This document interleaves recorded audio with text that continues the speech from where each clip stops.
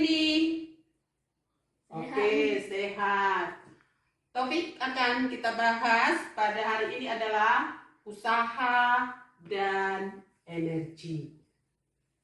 Adapun tujuan kita dalam mempelajari usaha dan energi ini adalah untuk memahami apa itu usaha dan energi, konsep usaha dan energi, dan bagaimana hubungan antara usaha dan energi dan aplikasinya dalam kehidupan sehari-hari.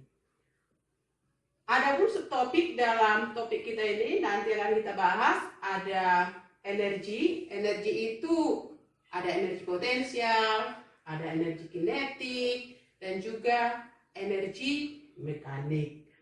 Nah, sebelum kita bahas lebih dalam, di sini ada Ibu buat gambar, ada 4 gambar di sini, ada gambar A, B, C, dan D.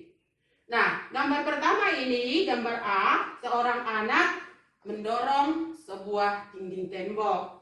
Yang kedua, seorang anak dia menarik mobil-mobilannya.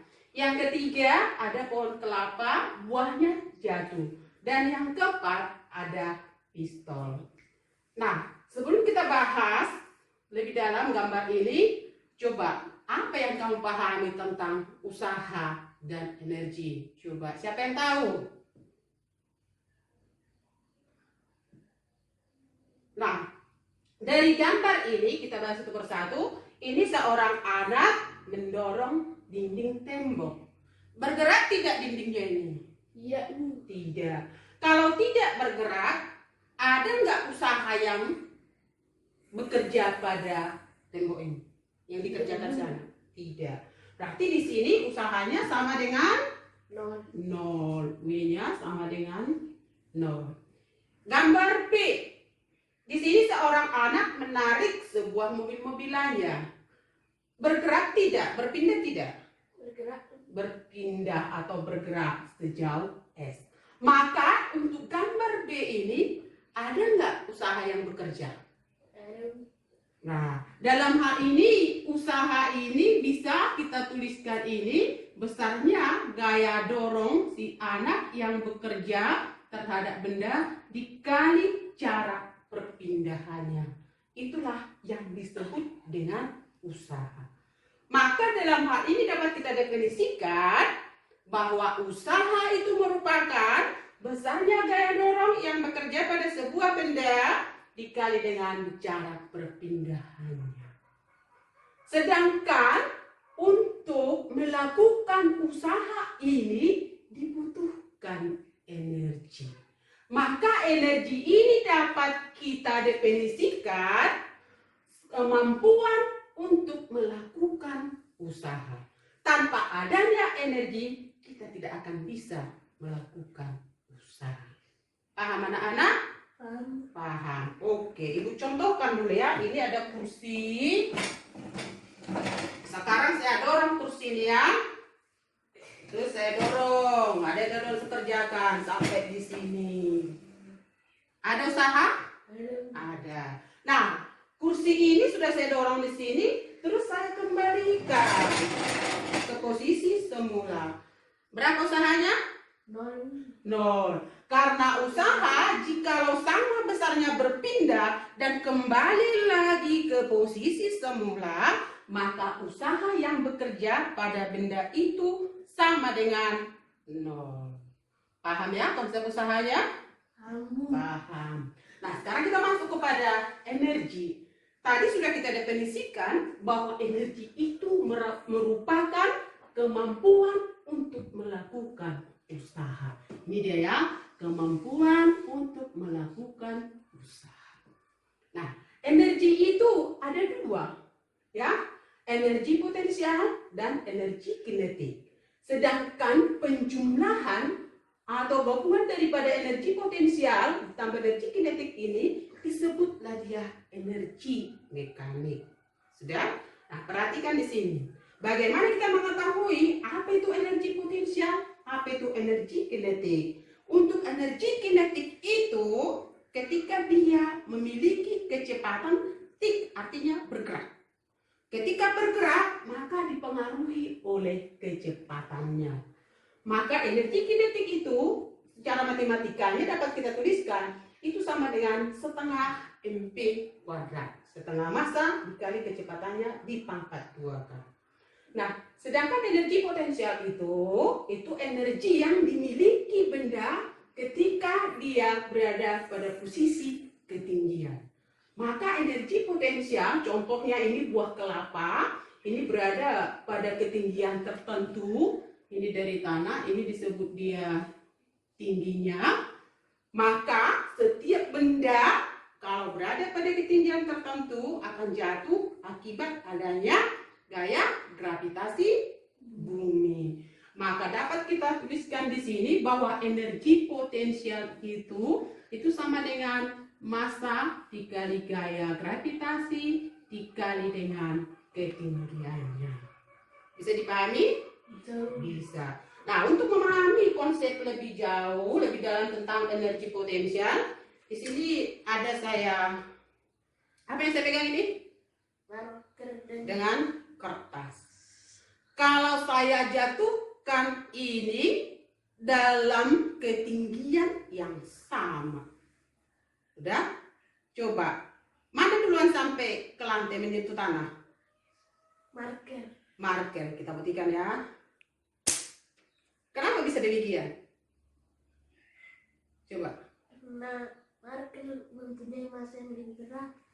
Oke, karena marker mempunyai massa yang lebih besar. Maka besarnya energi potensial yang dimiliki oleh suatu benda itu sangat dipengaruhi oleh massa dan ketinggiannya.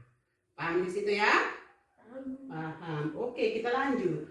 Nah, dalam hal ini ada lagi yang harus kita bahas di sini, bagaimana sebenarnya aplikasi daripada usaha dan energi itu dalam kehidupan sehari-hari dan konsep hubungan usaha dan energi.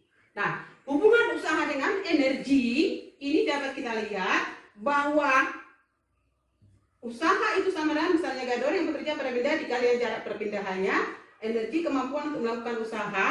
Di sini dapat kita simpulkan bahwa usaha itu sama dengan perubahan daripada energi potensial. Usaha itu bisa juga itu sama dengan perubahan energi kinetiknya. Nah, untuk memperdalamnya kita buat dulu contoh soalnya.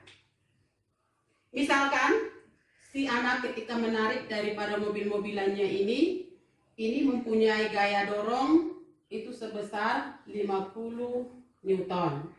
Sedangkan mobil-mobilnya ini berpindah sejauh 2 meter. Ya, maka berapakah usaha yang dikerjakan si anak terhadap mobil-mobilnya ini? Tinggal kita kalikan. Misalkan F 50 dikali 2. Ini sama dengan 100 Newton. Sudah? Nah, yang kedua, jika misalkan ini kelapa, ini kita buat dulu massa daripada buah kelapa ini 0,5 kg. Ini ketinggiannya kita buat ini dari tanah adalah 2 meter.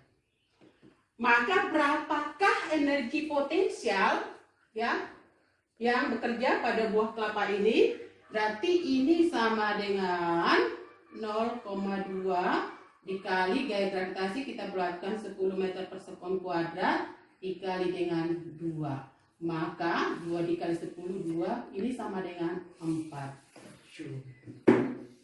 Bisa dipahami anak? Bisa. Nah, untuk membahas lebih dalam, lebih memahami, di sini ada soal. Silahkan dikerjakan ya. Oke, ini.